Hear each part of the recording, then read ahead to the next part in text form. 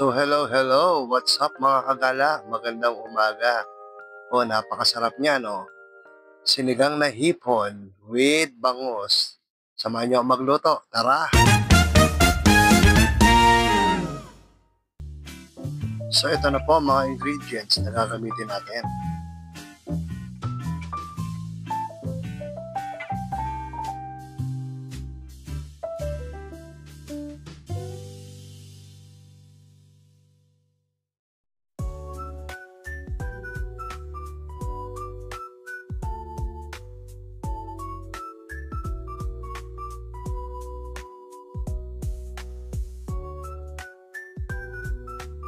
So bali mga kagala dyan po ay ginugupit nyo yung matalas na ulo ng hipon tsaka yung kanyang mga antena.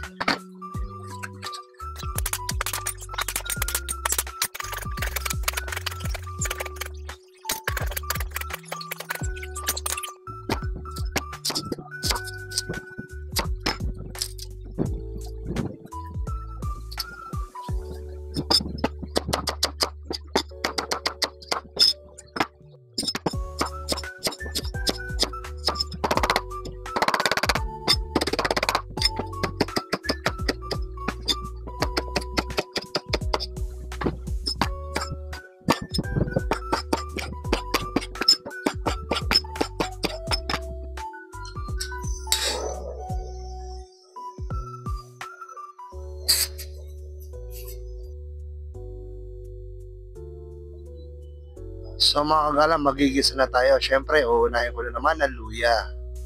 And susunod dyan sa luya ay ang sibuyas. Bago pang huli na natin ang bawang para hindi matusta.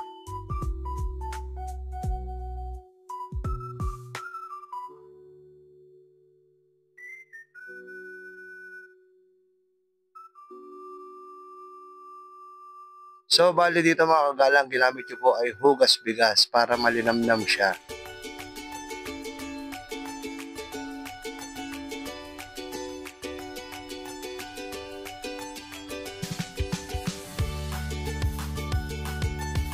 Bale dito nilagay ko na yung hipon. Isang kulo lang yan, tapos hahanguin natin ulit siya para hindi siya ma-overcook.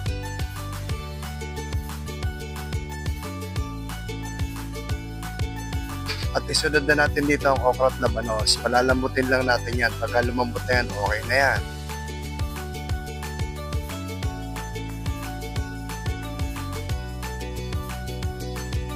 Then, pag medyo malambot na yung gulay, lagay na rin natin ang bangus. Mabilis lang yan. Saglit lang yan. Tapos sama na natin ang hipon. Diyan, mga kagala, medyo naghihina na tayo ng apoy. Parang in-in na lang kasi gagawin natin dyan.